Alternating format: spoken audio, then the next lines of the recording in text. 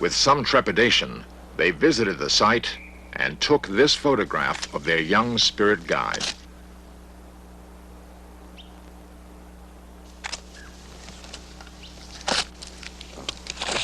Though they photographed in a wide variety of situations, researchers couldn't find any deception involved in their method.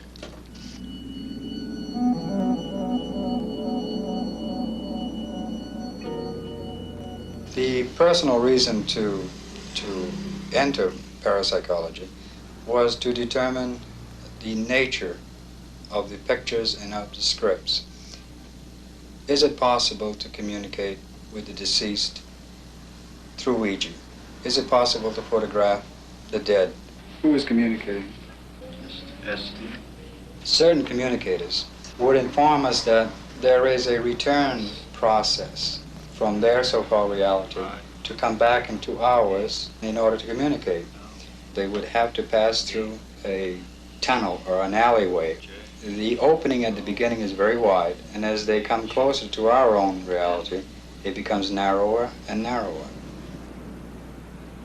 They would see us as if steam vapor and water droplets would be falling upon a piece of glass.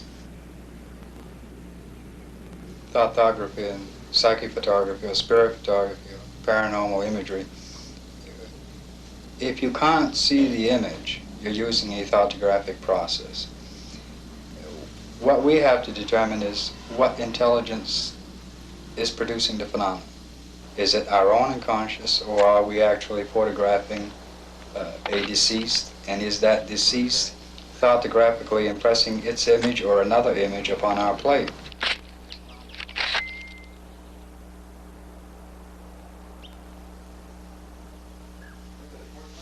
In 1966, in Denver, Colorado, a series of tightly controlled experiments are conducted.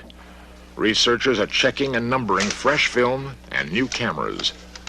The subject of these experiments is Ted Sirios, a Chicago bellhop with an incredible mind and an incredible thirst to match. Ted Sirios' ability is the power to project his thoughts onto film. During the experiments, researchers take the pictures while Ted stares into the camera. His concentration is intense. His pulse rate rises to 120 or more. The results are staggering. Images of all kinds begin appearing on the film. A target photograph, unseen by Ted and known to only 2 of the researchers, is the image that Ted tries to duplicate. Sometimes, when he is sure he has the photograph, he shouts, "I got it that time." An amazing aspect of the pictures is that they often contain small errors in form. They are not quite exact duplicates, like the inverted strut of this plane. It is as though that part of his brain that does these things can't make up its mind about the target picture. Again and again, he matches the target pictures until it is difficult to doubt that he is actually doing what he says he is. One of the most spectacular demonstrations of all takes place in a Colorado television station. In a moment of bravado, Ted claims that he can actually put images onto the videotape.